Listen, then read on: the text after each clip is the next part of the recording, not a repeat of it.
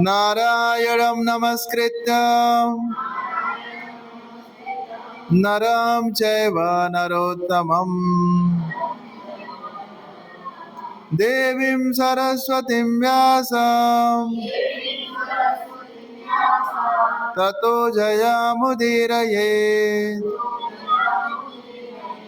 नष्टप्रायेषु अभद्रेषु नित्यं भागवत सेवया भगवती उत्तमा श्लोके भक्तिर्भवती नैष्ठकी।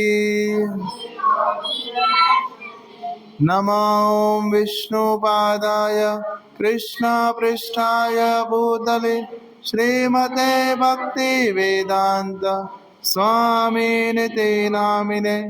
नमस्ते सरस्वते देवे गौरवाणी प्रचारिणे निर्विशेष शून्यवादी पाश्चात्य देशतारिणे। हे कृष्णा करुणा सिंधु दीनबंधु जगत्पते गोपेश गोपिका कांत श्री राधा कांत नमस्तुते। तप्त कांचन गौरांगी श्री राधे वृंदावनेश्वरी वृषभानुसुते देवी प्रणमामि हरिप्रिये। वाञ्छाकल्पतरुर्वक्ष कृपा सिन्धुभ्यैव च पतितानां पावनेभ्यो वैष्णवेभ्यो नमो नमः। जय श्री कृष्ण चैतन्य प्रभु नित्यानंद श्री अद्वैत गदाधर श्रीवासादि गौर भक्त वृंद। हरे कृष्णा कृष्णा कृष्णा हरे हरे हरे राम राम राम हरे हरे। हरे कृष्णा। तो आप सबका स्वागत है आज के इस साप्ताहिक सत्संग कार्यक्रम में। तो आज हम भगवान के वामन अवतार के ऊपर चर्चा करेंगे। जैसे भगवान के अलग अलग सब अवतार हुए हैं, ऐसे भगवान का तो असंख्य अवतार है, लेकिन उसमें से मुख्य जो अवतार है 22 अवतार जो भगवान का श्रीमद् भागवतम में बताया गया है, उसमें से भी मुख्य जो अवतार है 10, उसे आज हम उस भगवान के एक ऐसे अवतार की चर्चा करेंगे जो भगवान वामन के रूप में आए थे। तो ये भगवान का ये रूप कैसे प्रकट हुआ और किस प्रकार से ये लीला भगवान ने की, इससे हमें क्या शिक्षा लेनी चाहिए, आज हम उसके ऊपर चर्चा करेंगे। तो सबसे पहले हमें ये समझना होगा कि भगवान का उद्देश्य इस धाम पर आने का क्या है। तो भगवान उसे स्पष्ट कहते हैं, परित्राणाय साधूनां विनाशाय च दुष्कृतां धर्म संस्थापनार्थाय संभवामि युगे युगे। तो परित्राणाय साधूनां, जो साधु हैं उनकी रक्षा करने के लिए, उनको संग प्रदान करने के लिए, विनाशाय च दुष्कृतां, दुष्टों का संहार करने के लिए, धर्म संस्थापना, पुनः जो है धर्म की स्थापना करने के लिए। तो भगवान ये 3 मुख्य कार्य का हेतु लेकर इस पृथ्वी पर आते हैं। जब पृथ्वी पर भार बढ़ जाता है, किस कारण से?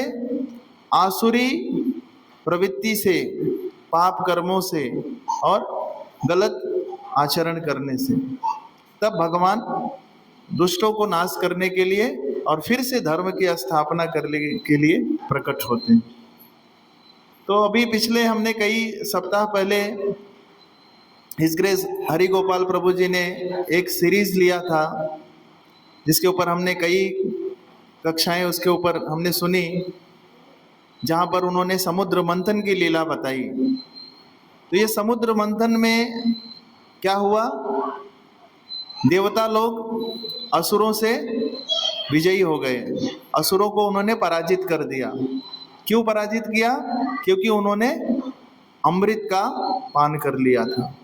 तो अमृत पान करने से देवताओं की शक्ति जो है वह ज्यादा हो गई, और इस कारण से क्या हुआ, असुरों के ऊपर वो भारी पड़ गए, और आसुरी प्रवृत्ति जो थी वो नष्ट हो गई, असुरों का विनाश हुआ। लेकिन उसमें भी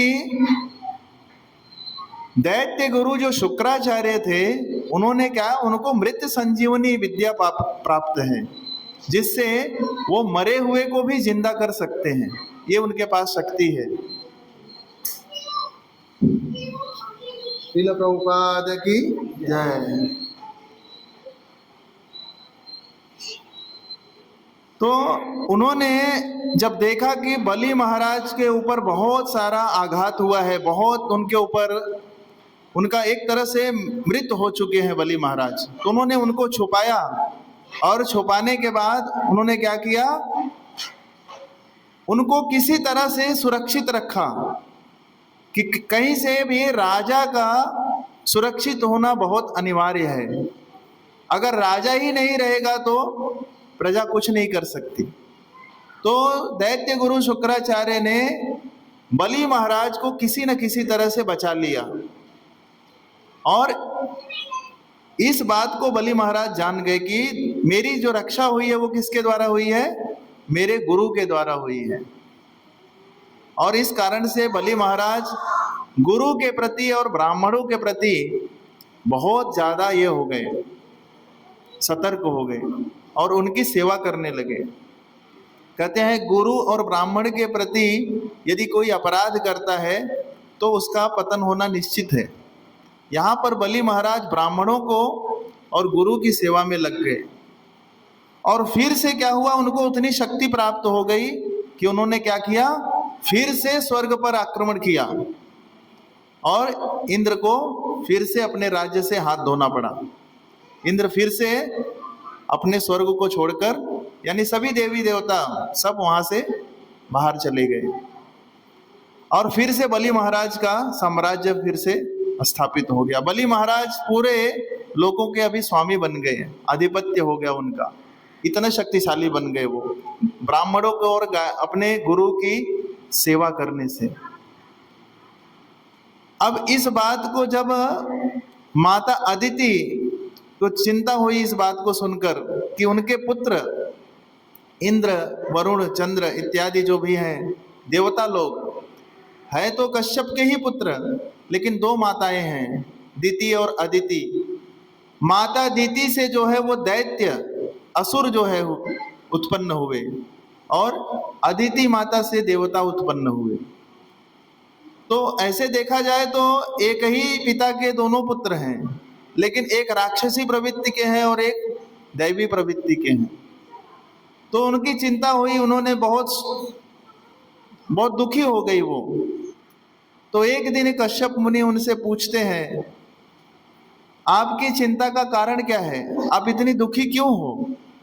तो बताती हैं कि जिसके पुत्र अपना घर वर सब छोड़कर मारा मारा फिर रहे हो इधर उधर, तो उसकी माँ कैसे प्रसन्न हो सकती है। उन्होंने कहा हमारे सभी पुत्र अभी स्वर्ग को छोड़कर इधर उधर भटक रहे हैं। तो कश्यप मुनि ने कहा आखिर में ये राक्षस भी तो मेरे ही पुत्र हैं, ये भी तो मेरे ही पुत्र हैं, अगर उनको राज्य मिला है तो वो भी तो हमारे ही पुत्र हैं। बोले वो हैं, लेकिन ये अधार्मिक लोग हैं। कैसे लोग हैं ये अधार्मिक हैं, और हमारे पुत्र धार्मिक हैं। धार्मिक होते हुए भी अगर वो बेघर होके घूम रहे हैं, ये अच्छा नहीं लगता है। तो उन्होंने कहा इसका समाधान केवल भगवान ही कर सकते हैं, मैं कुछ नहीं कर सकता। जबकि कश्यप मुनि इतने शक्तिशाली हैं, वो कर सकते हैं, लेकिन उन्होंने क्या कहा, ये भगवान की योजना है, इसके लिए आप भगवान से प्रार्थना करो।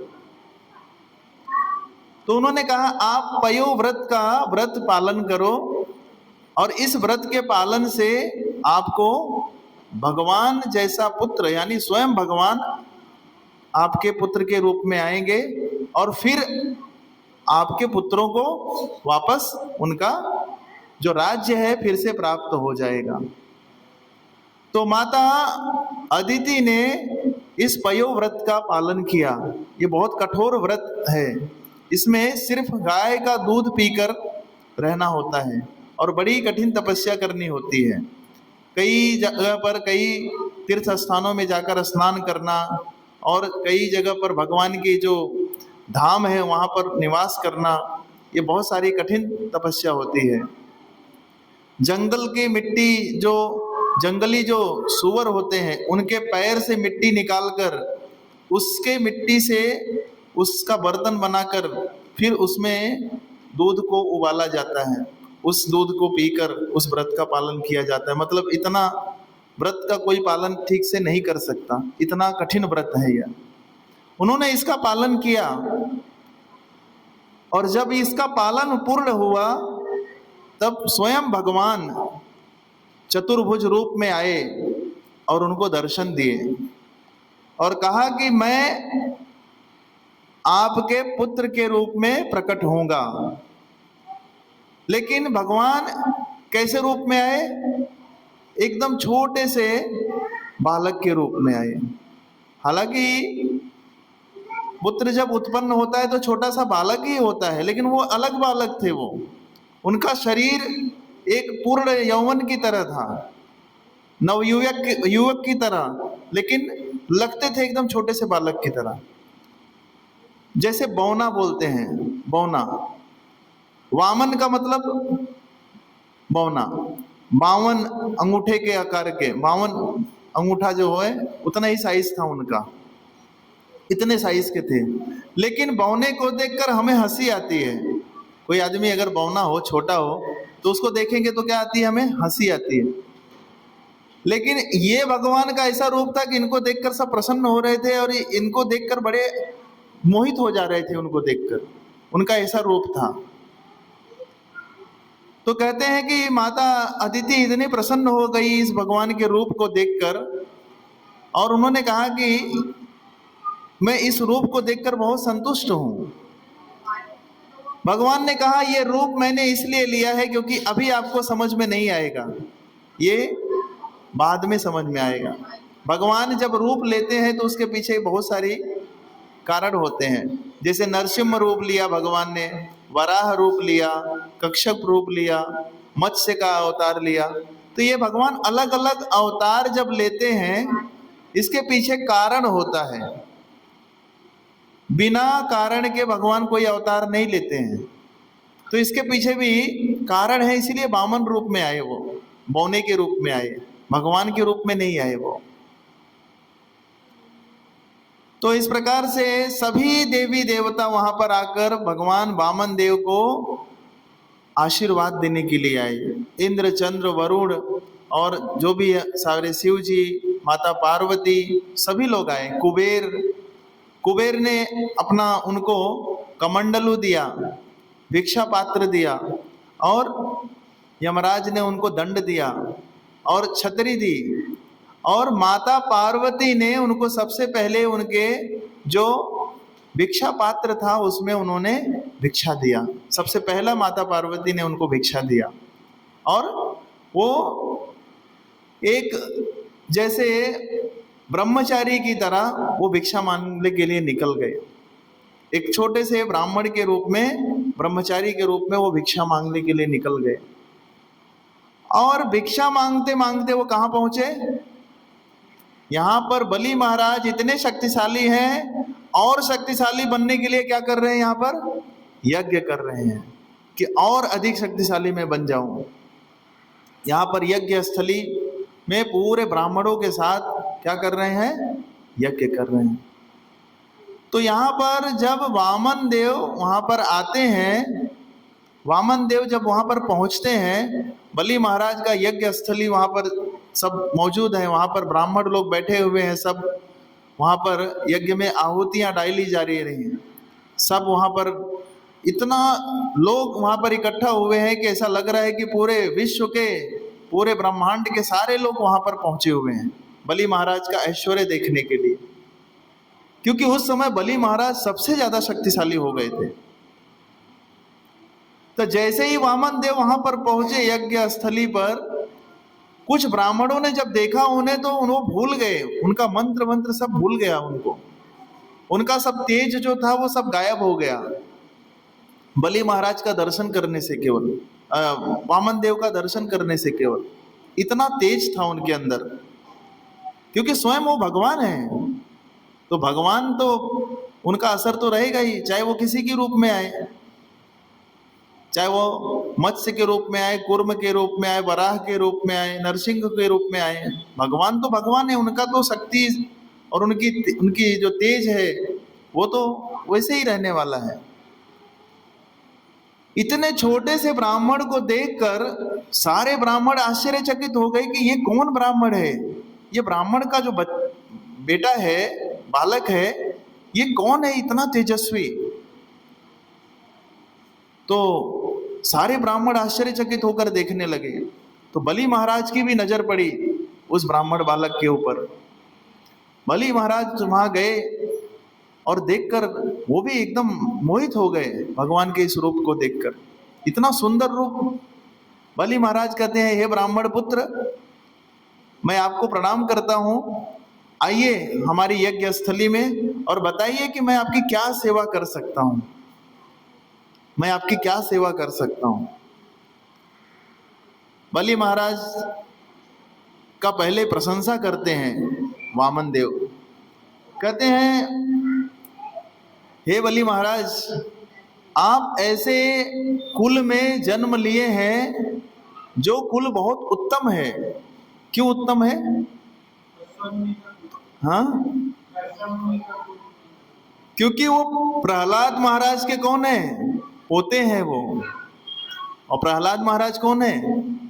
बहुत महान भक्त हैं वो। तो इसलिए कह रहे हैं आप बहुत महान हैं, क्योंकि आपका जन्म ऐसे कुल में हुआ है कि जो एक ऐसे भगवान के भक्त रहे हैं। और उसके बाद आपके पिताजी विरोचन, ये भी एक महान व्यक्तित्व थे। तो आपका उनके कुल की प्रशंसा करते हैं, कहते हैं आप तो, आपकी मैं प्रशंसा कैसे करूं? आपके अंदर वो सामर्थ्य है कि आप सब कुछ कर सकते हैं, आप बहुत ऐश्वर्यवान है, बहुत ज्ञानी है, बहुत शक्तिशाली है, आपके पास तो गुणों की खान है। तो बलि महाराज कहते हैं कि हे ब्राह्मण पुत्र, बताइए मैं आपकी क्या सेवा कर सकता हूं। तो वामन देव कहते हैं, हे बलि महाराज, मुझे केवल 3 पग भूमि चाहिए। 3 पग भूमि? बलि महाराज कहते हैं, अरे आप मुझसे मजाक कर रहे हैं? इतना बड़ा यज्ञ मैं कर रहा हूं, आपको पता नहीं मैं कौन हूं? इस समय मैं तीनों लोगों का राजा हूं। मैं इस समय पूरे ब्रह्मांड की जो है वो शक्ति मेरे पास है। आप मुझसे क्या मांग रहे हैं? 3 पग भूमि, वो भी किसके पैर से? मेरे पैर से कि आपके पैर से? उन्होंने कहा नहीं नहीं, आपके नहीं, मेरे पैर से। उन्होंने कहा आपका पैर इतना छोटा, जैसा आप छोटे हैं, आपका पैर छोटा है, वैसे आपकी बुद्धि भी बहुत छोटी है। अरे मांगने के लिए आपको मांगना था तो तीनों लोग मांग लेते, मैं आपको दे देता। आपने मुझसे मांगा भी तो कितनी छोटी सी चीज मांग ली, 3 पग भूमि। उसमें क्या करेंगे आप 3 पग भूमि में? अरे आप अभी ब्रह्मचारी हैं, कल को आपको विवाह होगा, आपके बच्चे होंगे, 3 पग भूमि में क्या गृहस्थी करेंगे आप? अभी 1 BHK फ्लैट होगा तो विवाह के बाद तो बच्चे आएंगे, शादी होगा तो 3 BHK तो कम से कम मांगते हैं। आप बोल रहे 1 रूम किचन चाहिए मुझे। कैसे आपका, आप थोड़ा दूर तक सोचिए, आप दूर तक सोचिए। बहुत बहुत छोटा दिमाग है आपका, बहुत बुद्धि बहुत छोटी है आपकी। और क्यों नहीं होगा? क्योंकि ब्राह्मण लोग तो भिक्षा मांग के अपना जीवन यापन करते हैं। आपने पूरे जीवन भिक्षा मांगा होगा आपके पिता ने, और आपने भी वही शुरू किया। अरे कुछ थोड़ा दूर तक सोचते। आप किससे मांगने आए हो? आप जरा ये भी तो सोचो। अंबानी से जाके कोई कहे बेल मार के 1 रुपया दे दोगे क्या मुझे? वो अंबानी बोलेगा ये कौन है भाई, मेरे से मांगने के लिए इतना 1 रुपया सिक्योरिटी से वो मांग लेता, वो भी दे देता 1 रुपया उसको, वो भी 100 रुपए के नीचे छुट्टा नहीं रख देगा वो। मुझसे कोई मांगने आया वो भी 1 रुपया, मतलब उनकी बदनामी होगी कि मुझसे कोई गया मांगने, वो भी 1 रुपया मांग के लाया। अरे आप मेरे घर पे आए, मेरे दरवाजे पर आए हैं, और आप 3 पग भूमि अगर लेकर जाएंगे मुझसे और दूसरे के दरवाजे पर जाएंगे और पूछेगा कहां से आ रहे हो, तो क्या बताओगे आप? बलि महाराज के यहाँ गया था। क्या दिया? 3 पग भूमि। कितनी बड़ी बेइज्जती होगी मेरी कि एक ब्राह्मण का पुत्र, मान लो उसकी बुद्धि नहीं थी, मगर बलि महाराज ने भी इतने पास बुद्धि नहीं थी। एक कम बुद्धिमान व्यक्ति वाला आया, एक कम बुद्धिमान व्यक्ति अगर आया और मांगने के लिए अगर 3 पग मांग लिया, तो कम से कम बलि महाराज को तो उसको ठगना नहीं चाहिए था, उसको ईमानदारी से दे देना चाहिए था कि कम से कम उसके जीवन भर का तो जीवन यापन हो जाए। बलि महाराज ने उसका फायदा उठा लिया। मुझे तो लोग यही कहेंगे कि बलि महाराज ने इस ब्राह्मण के पुत्र का फायदा उठा लिया। आप ऐसा मत कीजिए। मेरे दरवाजे से मांगने के बाद आप किसी के दरवाजे पर मत जाइए मांगने के लिए। आप इतना मांग लीजिए मुझसे जितना आपके पूरे जीवन के लिए पर्याप्त हो। आप जो है अपने बुद्धि को थोड़ा सा आगे बढ़ाइए। तो वामन देव हंसकर कहते हैं बलि महाराज से कि हे बलि महाराज, जो अपनी आवश्यकताओं से जितनी उसकी आवश्यकता है मूलभूत, अगर उतने में संतुष्ट नहीं रहता है, तो आप उसको पूरे तीनों लोगों का भी सर्वस्व उसको दे दो, वो कभी संतुष्ट नहीं रहेगा। इस संसार में हमारी आवश्यकता की कमी तो है ही नहीं, हमारी इच्छाएं तो अनगिनत है, ये तो कभी नहीं पूरी होगी। ये तो आप एक इच्छा पूरी होगी, दूसरी इच्छा जागृत होगी, ये तो कभी पूरी हो ही नहीं सकती। आदमी को अपनी इच्छा कम रखनी चाहिए। तो मैं अपने 3 पग भूमि में ही संतुष्ट रहूंगा, मुझे कोई समस्या नहीं है। आप मुझे केवल अगर देना चाहते हैं तो केवल 3 पग भूमि ही दीजिए, मुझे और कुछ नहीं चाहिए। बलि महाराज सोचते हैं ये सच में ब्राह्मण का बालक जो है इतना इसके पास बुद्धि नहीं है, लेकिन यहाँ पर भगवान कह क्या रहे हैं, मुझे केवल 3 पग ही भूमि दीजिए। इसका मतलब 3 पग से अलावा आपके पास कुछ बचेगा ही नहीं, 3 में ही मैं समाप्त कर दूंगा आपका। भगवान ये बोलना चाहते हैं, 3 के बाद आपके पास कुछ बचेगा ही नहीं। तब बलि महाराज कहते हैं जैसी आपकी इच्छा, ले लीजिए। तब भगवान जब कहते हैं आइए संकल्प कीजिए, तो जैसे ही संकल्प के लिए वो आचमन करने जाते हैं जल लेकर, तभी शुक्राचार्य आ जाते हैं और शुक्राचार्य कहते हैं बलि तुम क्या करने जा रहे हो? उन्होंने कहा ब्राह्मण पुत्र को मैंने संकल्प किया है कि मैं उनको 3 पग भूमि दान देने वाला हूं। ये मूर्ख ब्राह्मण है, इसको बुद्धि नहीं है इतनी। बताओ इतना सा छोटा सा और मुझसे 3 पग भूमि मांग रहा है, लेकिन जीत पे अड़ा है बच्चे की तरह, अभी मुझे उसको देना ही है, क्या करूं? बोले वो ब्राह्मण का बालक नहीं है, वो साक्षात विष्णु है, और तुम 3 पग में तो तुम्हारा सर्वस्व समाप्त हो जाएगा, तुम्हारे पास कुछ बचेगा ही नहीं। तो बलि महाराज कहते हैं, बहुत सुंदर उत्तर देते हैं अपने गुरु शुक्राचार्य को। कहते हैं हे गुरुदेव, ये तो मेरा सौभाग्य होगा कि अगर स्वयं भगवान मेरे यहाँ पर आकर मुझसे दान मांगेंगे, क्योंकि वैसे भी सब कुछ तो भगवान ने ही दिया है मुझे। ऐसे बलि महाराज बड़े धार्मिक थे, क्योंकि बलि महाराज के पहले के जो 2 पीढ़ी थी वो भी बहुत धार्मिक थी, उसकी पीढ़ी थोड़ी गड़बड़ थी। क्योंकि हिरण्यकश्यपु के बाद से जनरेशन थोड़ा सुधर गया, उसके पहले का जनरेशन बहुत गड़बड़ था। तो कई कई बार ऐसा होता है कि लोग सोचते हैं जनरेशन कभी सुधरेगा नहीं, सुधारा जा सकता है। अगर एक जनरेशन सुधरेगा तो उसके बाद की जनरेशन सुधर जाएगी, ऐसा है। यहाँ पर हम प्रमाण देखते हैं कि हिरण्याक्ष हिरण्यकश्यपु के बाद प्रहलाद महाराज से जनरेशन सुधर गया और बलि महाराज तक सुधरा, उसके बाद सुधरा ही, क्योंकि बलि महाराज आज भी बड़े ऐश्वर्य में भगवान की कृपा से उनका जीवन बड़े सुंदर तरीके से चल रहा है। और आज भी हम उनका नाम यहाँ पर लेते हैं। क्यों लेते हैं? क्योंकि वो भगवान के बड़े महान भक्त हैं।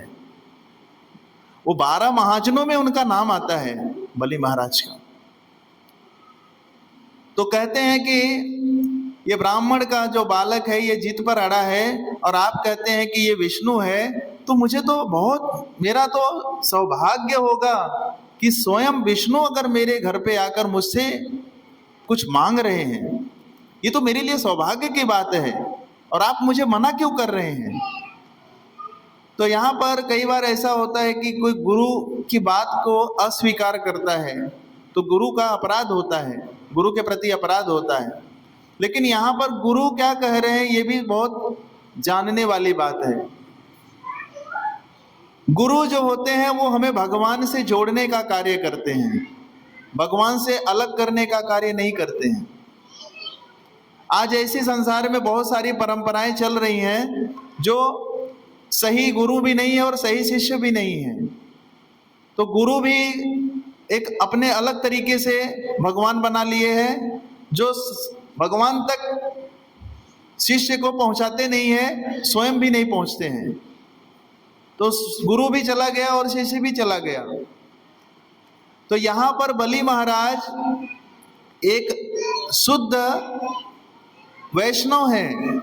वो चाहते हैं कि अगर भगवान मेरे घर पे आए हैं तो मैं उनको सब कुछ दे सकता हूँ, मेरे पास देने के लिए तो भगवान के लिए ही तो है सब कुछ, वास्तव में सब भगवान का ही तो है। तो यदि भगवान मांग रहे हैं तो मुझे देने में संकोच नहीं करना चाहिए। तो यहाँ पर क्या हुआ, बलि महाराज को थोड़ा भी ये डर नहीं आया।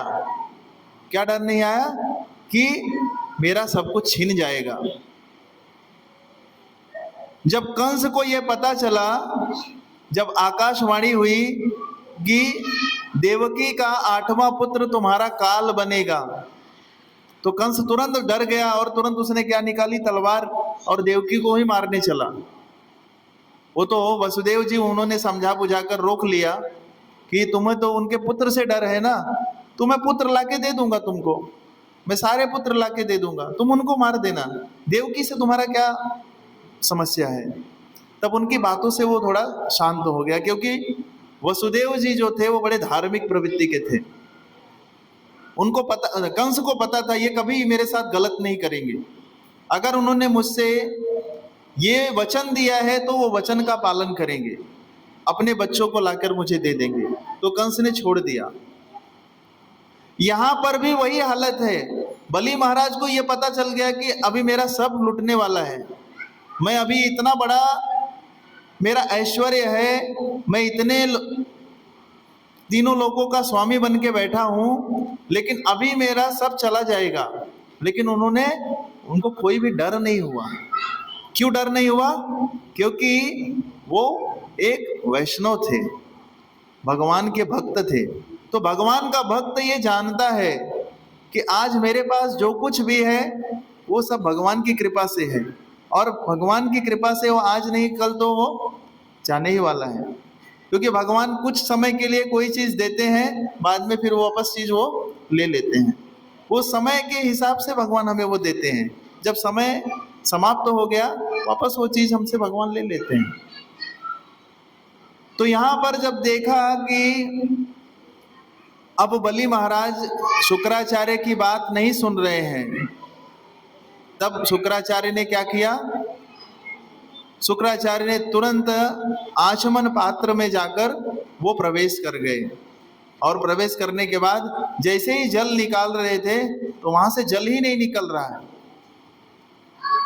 तब जो है वामन देव समझ गए, वामन भगवान समझ गए कि यहाँ पर शुक्राचार्य जाकर बैठ गए हैं।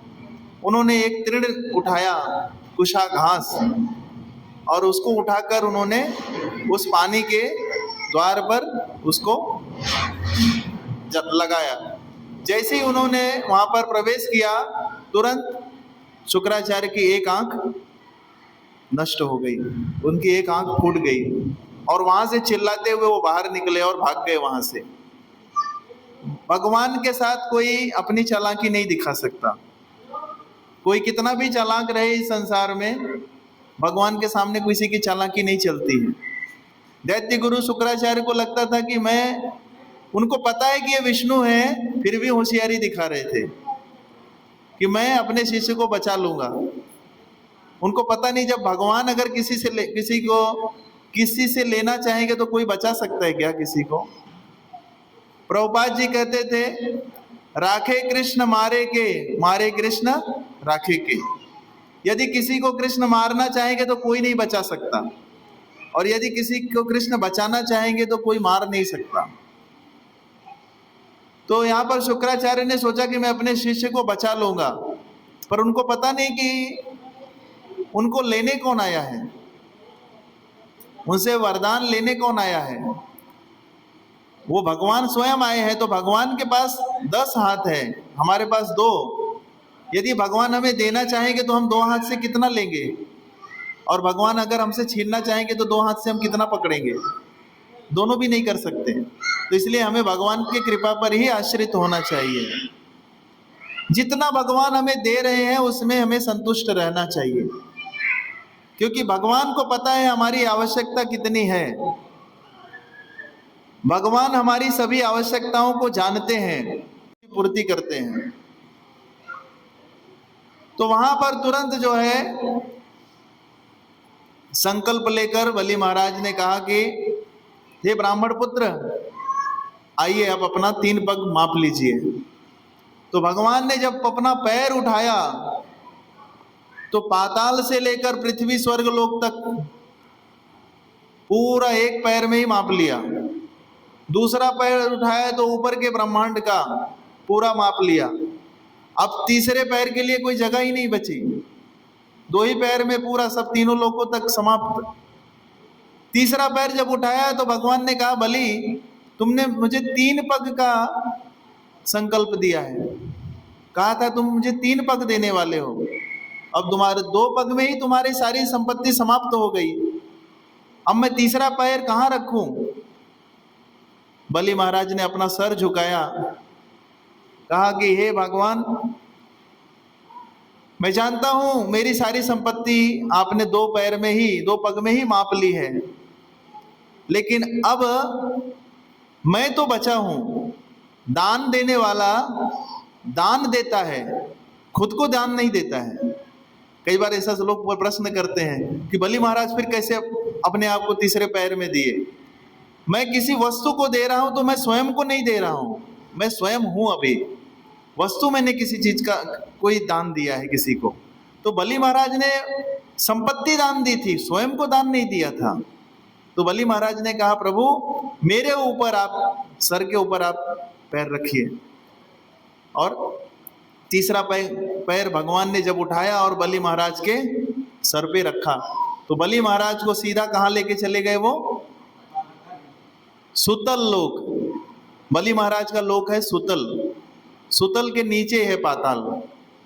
तो सुतल लोक में लेकर चले गए, और बलि महाराज को भगवान ने क्या किया, उतने पर भी नहीं छोड़ा, उनको रस्सी से बांधकर फेंक दिया एक गुफा में।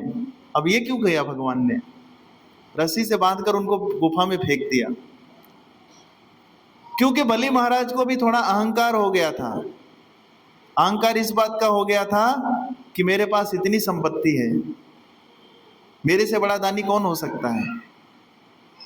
तो भगवान ने, जब उन्होंने कहा कि मैं ईश्वर हूं, जब ब्राह्मण के रूप में भगवान आए मांगने के लिए, तो उन्होंने कहा मैं ईश्वर हूं, आप मुझसे 3 पग मांग रहे हैं, मेरे पास देने के लिए पूरा संपूर्ण ब्रह्मांड पड़ा है, मैं आपको सब दे सकता हूं, आप जो मांग सकते हैं। तो उनको इस बात का अहंकार हो गया था कि मैं सब दे सकता हूं, आप जो मांग सकते हैं। तो भगवान ने उनको कहा कि तुम स्वयं को, अपने आप को नहीं बचा सकते, तुम्हारी संपत्ति क्या बचाओगे। तो भगवान ने उनको बांध के ऐसे गुफा में फेंक दिया। लेकिन भगवान ने जब उनको ये इस बात का एहसास हुआ कि वास्तव में भगवान ही ईश्वर हैं, कोई मनुष्य या कोई देवी देवता इस संसार में ईश्वर नहीं बन सकते। इसीलिए ब्रह्म संहिता में कहते हैं, ईश्वर परम कृष्ण सच्चिदानंद विग्रह अनादिरादिर गोविंद सर्व कारण कारणम। भगवान गोविंद ही ईश्वर हैं और सभी कारणों के कारण हैं।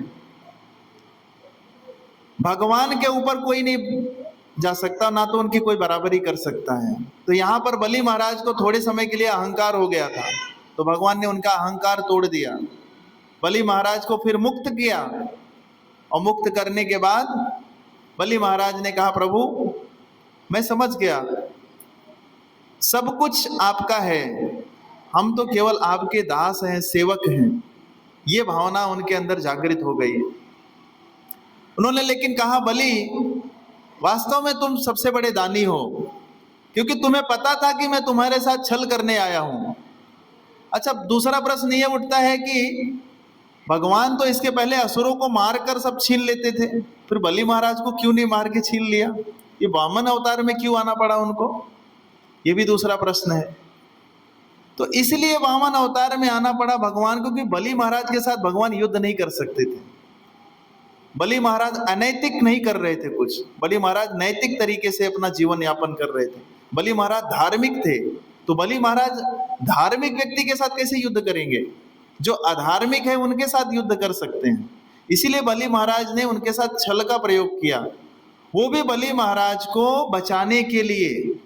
दूसरा संदर्भ यह है, हमें यह समझना चाहिए कि बलि महाराज को भगवान ने बचाया।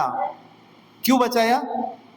क्योंकि जैसे ही बलि महाराज को देखिए ये घमंड हो गया कि मेरे पास तो इतना संपत्ति है, तो बलि महाराज ये भूल गए कि मेरे से भी ऊपर कोई है, भगवान को ही भूल गए। तो कभी कभी भक्तों के जीवन में भी भगवान ऐसे समस्या लाते हैं कि भक्त ये ना भूले कि भगवान हमारे से ऊपर हैं, हम भगवान के दास हैं, हम स्वयं भगवान नहीं हैं।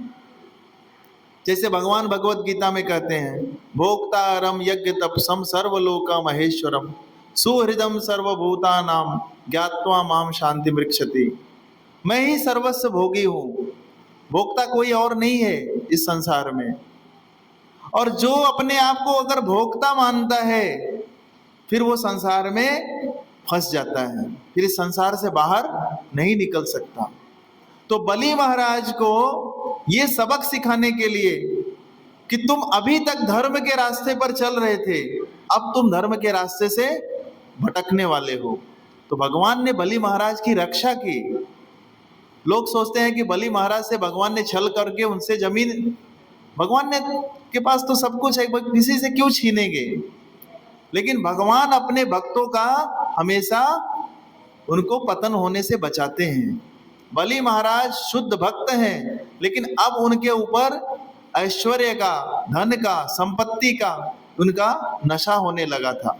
इसीलिए भगवान ने कहा कि मुझे वामन रूप में जाना पड़ेगा, मैं युद्ध नहीं कर सकता बलि महाराज से, क्योंकि वो धार्मिक व्यक्ति हैं, अधार्मिक नहीं है, मैं कैसे युद्ध करूंगा उनके साथ। तो भगवान ने ब्राह्मण रूप में गए और उनसे दान मांगा, भिक्षा मांगी। और इस प्रकार से बलि महाराज का जब ये अहंकार समाप्त हो गया, तो बलि महाराज को ये समझ में आ गया कि वास्तव में सब कुछ भगवान का है।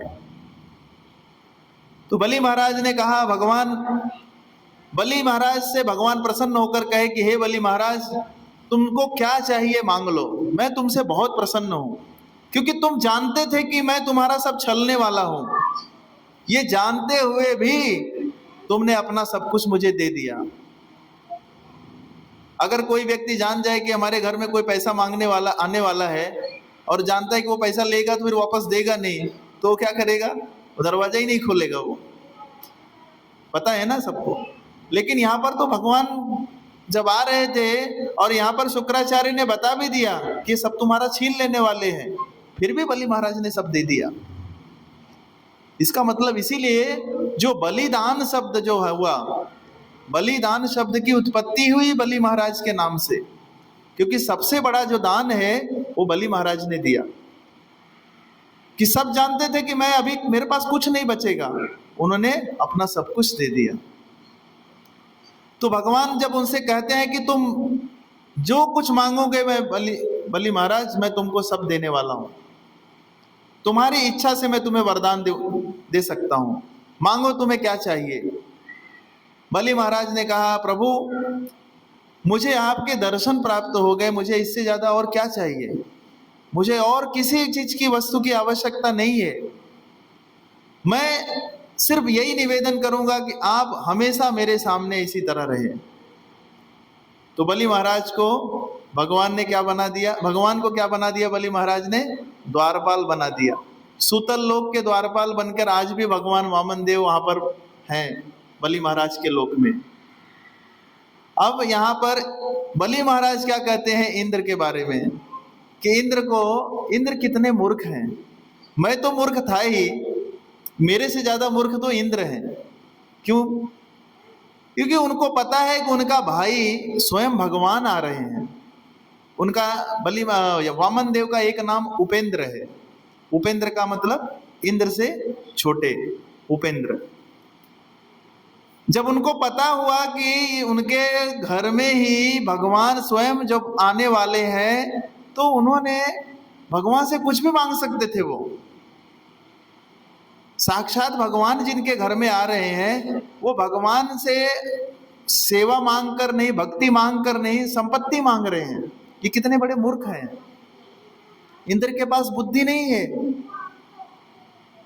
कम से कम मैं इंद्र से तो कम से कम थोड़ा बुद्धिमान हूं कि मैंने अपनी संपत्ति देकर, भले ही इंद्र राजा बन गए, लेकिन अभी भी इंद्र के पास इतनी बुद्धि नहीं है। इंद्र को सौदा करने नहीं आता है। इंद्र जो है प्रॉपर बिजनेसमैन नहीं है। स्वयं भगवान आए, जबकि सब कुछ दे सकते थे इंद्र को, उन्होंने भगवान से अपना राज्य मांगा, केवल भगवान की भक्ति नहीं मांगी। और यहां पर देखिए, इंद्र से भी बड़ा जो लोक है वो सुतल लोक है। इंद्र के पास जो ऐश्वर्य नहीं है, उससे भी बड़ा ऐश्वर्य किसके पास है? बलि महाराज के पास। तो भगवान से अगर हम भक्ति मांगते हैं तो ऐसा नहीं सोचना चाहिए केवल भगवान हमें भक्ति देंगे, बाकी कुछ नहीं देंगे। देखिए बलि महाराज का तो सब कुछ छीन लिया था, इंद्र को दे दिया, लेकिन इंद्र को देने के बाद बलि महाराज को ऐसा लोक दिया जिस लोक में इंद्र से भी ज्यादा संपत्ति है, इंद्र से भी ज्यादा ऐश्वर्य है, इंद्र से भी ज्यादा भोग है, और स्वयं साक्षात भगवान वहां पर है विराजमान। तो इंद्र के पास इतनी बुद्धि नहीं थी। तो बलि महाराज वहां पर इंद्र को यह कह रहे हैं कि अगर उनको मांगना था तो भगवान की भक्ति मांग लेते, उनका जीवन सुखमय हो जाता। पर उन्होंने मांगा तो क्या, अपना राज्य मांगा केवल। मुझे तो मेरा राज्य भी मिल गया और साथ में भगवान भी मिल गए मुझे। तो हमें भगवान से क्या मांगना चाहिए, क्या नहीं मांगना चाहिए, यह भी शिक्षा हमें यहाँ पर मिलती है कि भगवान से कोई भी व्यक्ति अगर भौतिक वस्तु मांगता है तो वो भौतिक वस्तु तो भगवान ऐसे ही दे देते हैं उसको, लेकिन भगवान स्वयं को नहीं देते हैं। जैसे ध्रुव महाराज जब गए थे तो बहुत बड़ा राज्य मांगने गए थे। अपने पिता के पिता के पिता, यानी उनके पिता उत्तानपाद, उनके पिता स्वयंभू मनु, उनके पिता ब्रह्मा जी से भी ऊंचा पद मांगने के लिए गए थे। लेकिन जैसे ही भगवान का दर्शन हुआ उन्होंने कहा, ध्रुव तुम्हें इन ब्रह्मा जी से भी ऊंचा लोक चाहिए? उन्होंने कहा, भगवान मुझे कुछ नहीं चाहिए अब। बोले, अरे तुम तो वही विचार लेकर आए थे मुझसे मांगने के लिए, इस जंगल में तपस्या करने, वही तो हेतु लेकर आए थे। बोले, वो तो मैं कांच का टुकड़ा ढूंढने के लिए आया था, मुझे तो पारसमणि मिल गया यहाँ पर, तो मुझे वो राज्य नहीं चाहिए, मुझे आपके दर्शन हो गए, बस मैं संतुष्ट हो गया। तो भगवान ने कहा, नहीं ध्रुव, तुम्हें ब्रह्मा जी से भी ऊंचा पद मिलेगा। तुम यहां पर भी, पृथ्वी पर भी राज्य करोगे, तुम्हारी ख्याति होगी, ब्रह्मा जी से भी ऊंचा पद तुम्हें मिलेगा, और तुम जब तक ये सृष्टि रहेगी तब तक तुम्हारा नाम रहेगा। तो सोचिए, अगर कोई भगवान की भक्ति मांगता है तो भगवान केवल भक्ति नहीं देते, भगवान उसके साथ साथ में ऐश्वर्य भी दे देते हैं उसको, कि जानते हैं कि ये भक्त ही है जो इसे संभाल सकता है। इसीलिए तो भगवान ने दुर्योधन को राज्य नहीं दिया। दुर्योधन को क्या प्रॉब्लम थी? राज्य दे देते, दुर्योधन राज्य करता, लेकिन जानते थे कि ये राज्य गलत तरीके से करेगा और अर्जुन जो राज्य करेंगे वो सही तरीके से करेंगे। दोनों में राजा में भगवान को क्या, भगवान खुद कहते हैं मुझे किसी से ईर्ष्या, किसी से द्वेष नहीं है। लेकिन फिर भगवान ने दुर्योधन को क्यों नहीं राजा बनाया? क्योंकि दुर्योधन जो था वो पापी था, दुराचारी था, अधर्मी था। बलराम जी ने इस बात को कहा था कि युद्ध मत करो, लड़ाई मत करो, आपस में बंटवारा कर लो, और दुर्योधन अगर नहीं दे रहा है तो छोड़ दो, तुम लोग दूसरा कहीं राज्य कर लो। लेकिन भगवान ने कहा भैया ये गलत है, आप अधर्मियों का साथ दे रहे हैं। आप जानते हैं कि दुर्योधन अधर्मी है, फिर भी आप ऐसा कह रहे हैं। क्योंकि दुर्योधन किसका शिष्य था? बलराम जी का। तो बलराम जी ने थोड़ा पक्षपात किया, लेकिन जब जान गए कि अब भगवान युद्ध के बिना नहीं मानेंगे तो बलराम जी तुरंत वहां से चले गए। युद्ध नहीं किया क्योंकि उनको पता था कि मैं अधर्मियों का साथ नहीं दूंगा। बलराम जी युद्ध नहीं लड़े थे, चले गए। हालांकि भगवान भी युद्ध नहीं लड़े थे, लेकिन फिर भी देखिए भगवान ने राज्य किसको दिलाया? पांडवों को दिलाया। तो भगवान के भक्त थे, इतना कष्ट उठाए, लेकिन अंत में राज्य उनको ही प्राप्त हुआ। दुर्योधन का सब समाप्त हो गया। तो हमें ये शिक्षा लेनी चाहिए बलि महाराज के से कि यदि हम भगवान को अपना कुछ देते हैं तो हम क्या है, हम कुछ खोते नहीं हैं, हमें बहुत कुछ प्राप्त होता है। कहते हैं हमारे मधुसूदन विष्णु प्रभु हमें जब भगवत गीता सिखा रहे थे तो बता रहे थे कि ये बहुत अच्छा इन्वेस्टमेंट है।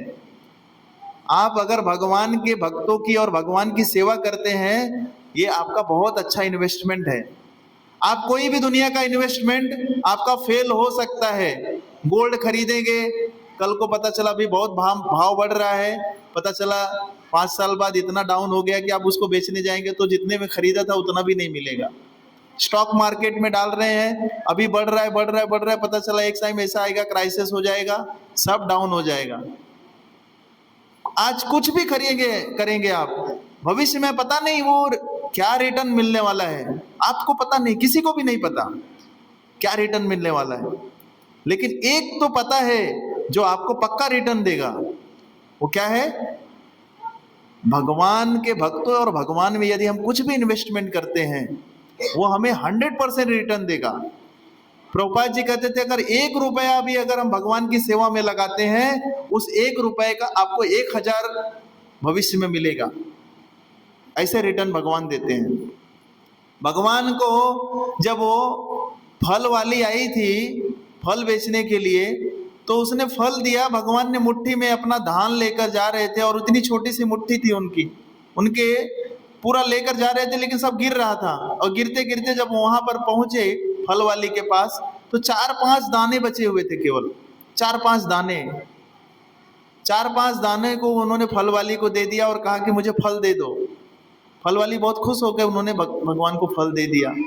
और फल देकर जब वो चली गई तो उसने देखा कि मेरा आज ये इतना वजन कैसे लग रहा है, मैंने तो सब फल बेच दिए फिर भी इतना वजन कहाँ से हो गया ये। जब उसने उतारा और देखा तो उसमें देखा तो हीरे जवाहरात सब भर गए थे। तो बड़े आश्चर्य में हो गई वो, ये सब मेरे पास कहाँ से आ गए। इसीलिए राइट इन्वेस्टमेंट क्या है? हमें भगवान और वैष्णव की सेवा में लगाना। इसीलिए सत्संग एक मौका है सेवा करने का, चाहे तन से करो, चाहे मन से करो, चाहे धन से करो। जरूरी नहीं कि हर व्यक्ति धन से ही सेवा कर सकता है, जरूरी नहीं कि हर व्यक्ति तन से ही सेवा कर सकता है, जरूरी नहीं कि हर व्यक्ति मन से ही सेवा कर सकता है, मगर जो सक्षम है जिस प्रकार से उसे करना ही चाहिए। क्योंकि अगर नहीं करेगा तो भविष्य में पता नहीं, हम जिस बारे में आशा लगा के बैठे हैं पता नहीं वो हमको क्या रिटर्न मिलेगा, भगवान जाने।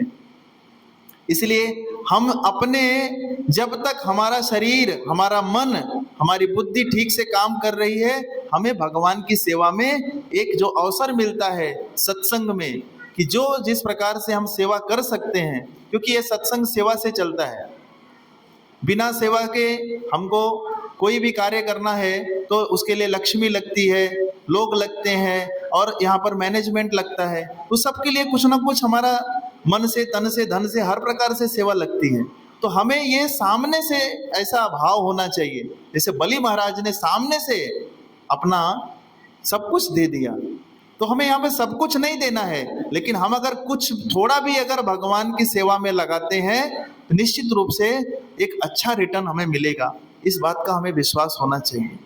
भविष्य में जब हमें उसकी आवश्यकता पड़ेगी, निश्चित रूप से भगवान उसकी व्यवस्था करते हैं, क्योंकि हमने उसे सही सेवा में लगाया है।